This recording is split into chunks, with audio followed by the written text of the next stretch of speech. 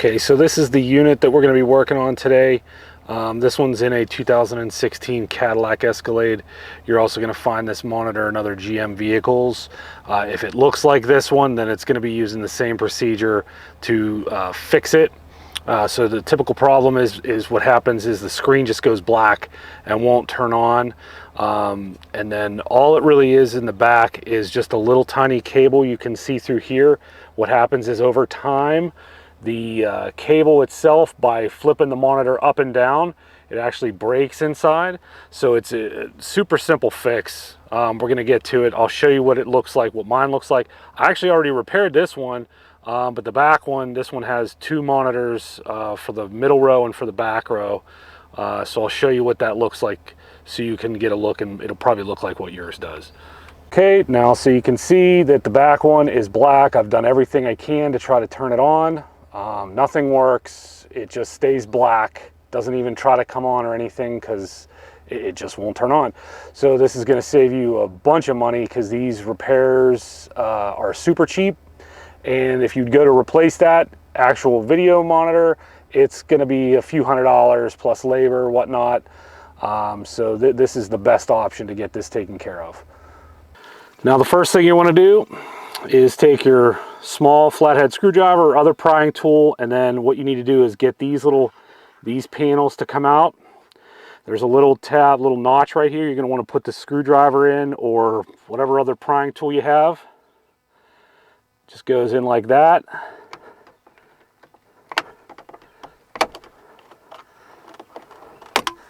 And then that comes off. So go ahead and get both sides off, and then we'll get to the next step. You got the panels taken off. What you're going to do is get your 7mm nut driver, socket, whatever. I have this that goes in the drill.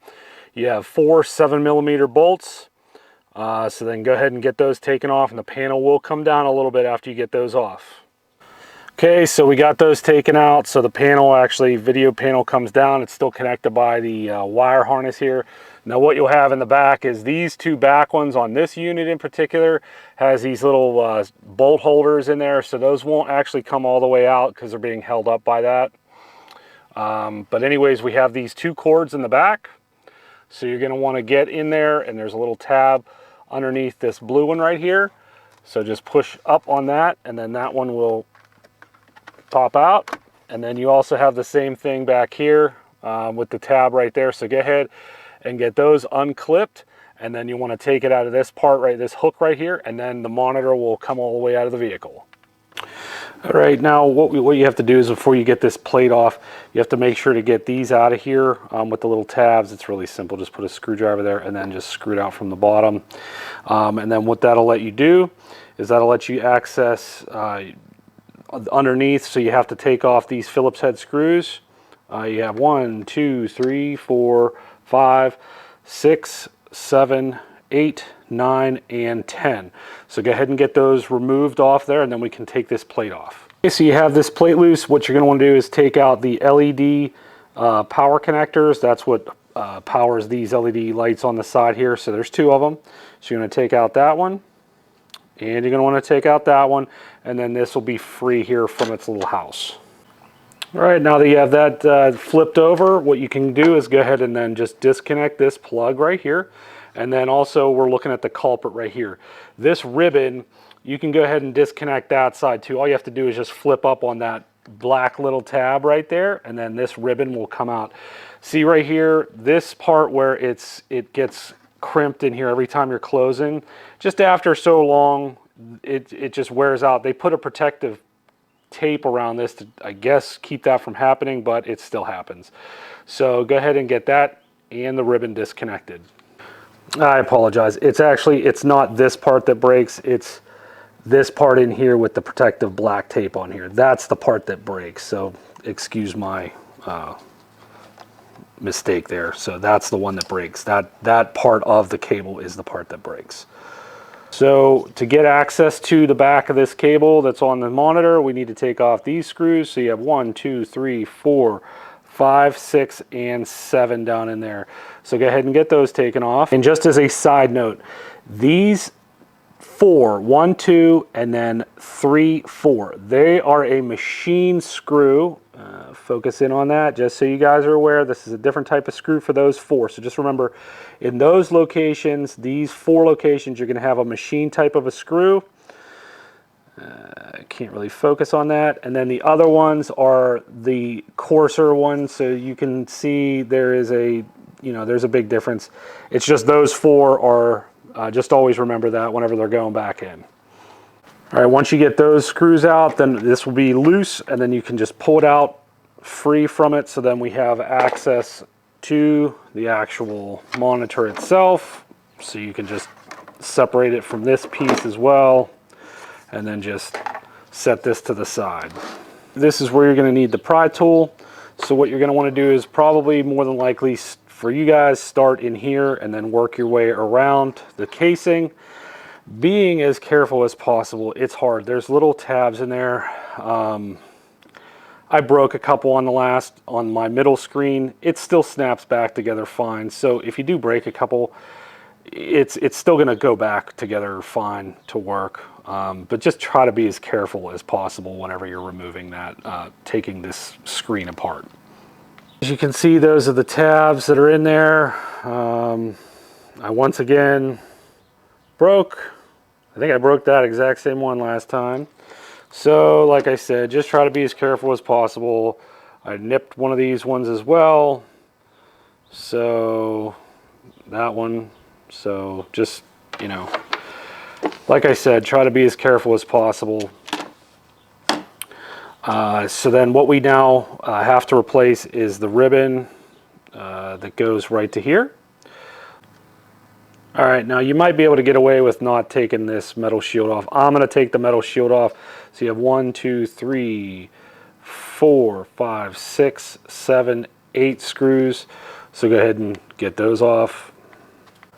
So go ahead and you can flip this up. Mine's kind of caught in there a little bit. Anyways, when you go ahead and flip this up, that'll let you pull this tab right here, okay? And then you can just go ahead and remove the cable from there. So here is the new ones. Got them from Amazon. They come in a multi-pack. I believe this one was 20 pieces. I will put a link down there. They were super cheap. I think they were like $8 or $9 for 20 of them. So yeah, quite a bit of savings compared to buying brand new units for something that's just a little tiny cable. That's all that's wrong with this. So go ahead and get it out. Now what you could do, I guess you could probably match this up and then tape around it the new ones where this problematic area is, which is right underneath where my thumb is. I can even kind of feel it. It's pretty, you just can feel that it's crushed something in there. I'm not going to do it. I mean, they lasted this long. Maybe, I don't know. If I have to come back in and do it again, I guess, then I'm okay with that.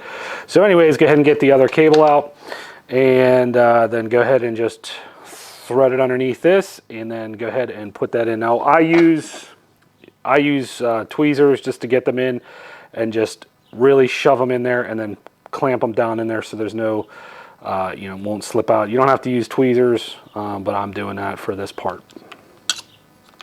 So now that it quickly clips back in there, once you get that done, you can basically just go back and put all the screws back in.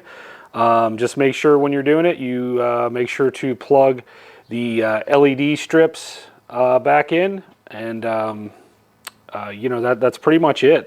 That should fix it. So I'm not going to show the re-putting in of all the screws. We'll just clip to the end here where I install it back in to make sure it's working. I guess just as a side note, when you're reinstalling, just make sure you thread it up through here, and then that's going to allow clearance. It's pretty obvious that you should do that, but I guess I should put it in there just in case anybody has any questions. And then when you're putting it all back together, it'll just go back into here, flip that down on top of it, and that'll clamp it in place, and then you'll be ready to go. Okay, now they're back in. Just plug the back two in, the plugs in the back. Popped it up in with the 4 screws and then put the little cover plates on top.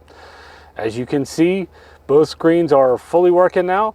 All it took was a couple hand tools and $8 to get these things fixed, because like I said, the middle one actually wasn't working as well.